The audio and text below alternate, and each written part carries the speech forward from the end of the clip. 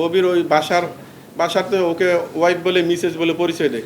সেটা যদি আপনারা আরেকটু সংক্ষেপে জানতে চান, ওরা এখন যে বাসায় আছে বাসারের ওই বাসার বাড়িওয়ালার কাছে গেলে ওরা বৌজামায় পরিচয় দিয়ে কিন্তু বাসা নিছে। এই যে গুলশান 114 নম্বর রোডে এটার উল্টা পাশেই 35 নম্বর হাউস D4-এ থাকে। ববি নিজে রেস্টুরেন্ট বলে দাবি করতেছে, কিন্তু এই ইনভেন্টারিতে ববির কোনো নাম নাই, এখানে বাসারের নাম আছে।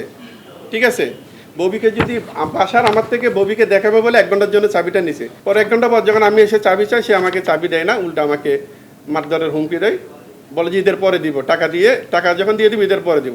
আমি ঠিক আছে আর ওইভাবে আশ্বস্ত হয়ে ঈদের পর্যন্ত ওয়েট করলাম, দেখো কোনো টাকা পয়সা দেয় না।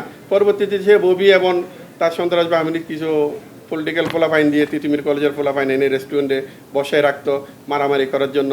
একদিন 9 তারিখ আমি গেছি, আমার গেঞ্জির কলার ছিল, আমাকে মানে মারামারি করছে। পরে আমি 9 তারিখে গুলশান থানায় আমার ববির বাসারের নামে, কারণ আমার সাথে যার এগ্রিমেন্ট আমি যাকে চিনি তার নামে আমি জিডি করে রাখছি। নায়িকা জোরপূর্বক আমার রেস্টুরেন্টটা সে দখল করে বসে আছে নিজের রেস্টুরেন্ট বলে। সে দেখাক আমার সাথে তার কোনো ব্যবসায়িক কোনো লেনদেনের ট্রানজ্যাকশনের কোনো কাগজ বা এগ্রিমেন্ট বা আমার রেস্টুরেন্ট কিনছে, সে তার রেস্টুরেন্ট বলে সে নিজে ও জোর জবরদস্তি সাইনবোর্ড দিয়ে দিয়েছে। আমার রেস্টুরেন্টে সাইনবোর্ড থাকা সত্ত্বেও সে উপরে বিশাল একটা ববস্টার ডাইন নামে সাইনবোর্ড দিয়ে দিয়েছে।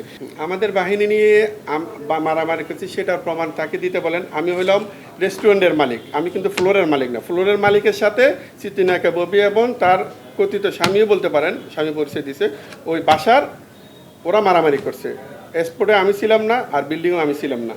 আমাকে তো অলরেডি একবার মারছে, সেটা দিয়ে আমি জিডি করছি, আমার গুলশান থানায় জিডি করাই আছে। ববি যদি প্রতারণার শিকার হয়ে থাকে, প্রতারণার ডকুমেন্টপত্র দেখান, সেই ইনভেস্টমেন্ট করে প্রতারণার শিকার হয়েছে এই কথাই তো বলছে। ইনভেস্টমেন্ট করছে সেই ডকুমেন্ট দেখান। বাড়ার রসিদের মধ্যে 52 নম্বর থাকে, মানে 101, 102, 101 সাপোজ কতর কথা বললাম, 101-এ 2.5 লক্ষ টাকা দেওয়া আছে, 7,50,000 টাকা তো 101-এ দেওয়া।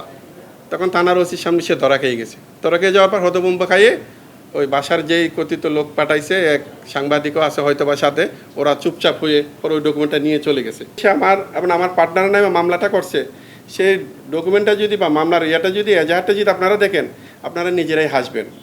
সে আমাকে 40 লক্ষ টাকা পেমেন্ট করে দিছে, 15 লক্ষ টাকা পেমেন্ট করে দিছে। তার রেস্টুরেন্ট আমি তাকে বের করে দিছি, তাকে রেস্টুরেন্টে দুঃখ দিচ্ছি না, কিন্তু বাস্তবে ঘটনাটা হচ্ছে উল্টো। কোর্টে তো আর সময় সাপেক্ষ, কোর্টে তো আর ইনস্ট্যান্ট কোনো কিছু করতে পারে না। একটা মানুষ কিভাবে কোনো টাকা পয়সা না দিয়ে, ফ্লোরের সাথে কোনো এগ্রিমেন্ট না করে, বাড়িওয়ালার সাথে কোনো এগ্রিমেন্ট না করে, গুলশানের মতো জায়গায় কীভাবে একটা পজিশন দখল করে অবৈধভাবে থাকে। রেস্টুরেন্টের বাড়িওয়ালার সাথেও বাসার এবং ববি চিত্রনায়িকা ববির কোনো এগ্রিমেন্ট নাই। রেস্টুরেন্ট সম্পর্কে আমার সাথেও চিত্রনায়িকা ববি এবং বাসারের কোনো এগ্রিমেন্ট নেই। আমার সাথে শুধু এগ্রিমেন্ট হয়েছে রেস্টুরেন্টের আসবাবপত্র জিনিসপত্র নিয়ে, যার প্রেক্ষিতে সে আমাকে 55 লক্ষ টাকার কথা ছিল, কোনো টাকা আমাকে দেয় নাই আজ পর্যন্ত।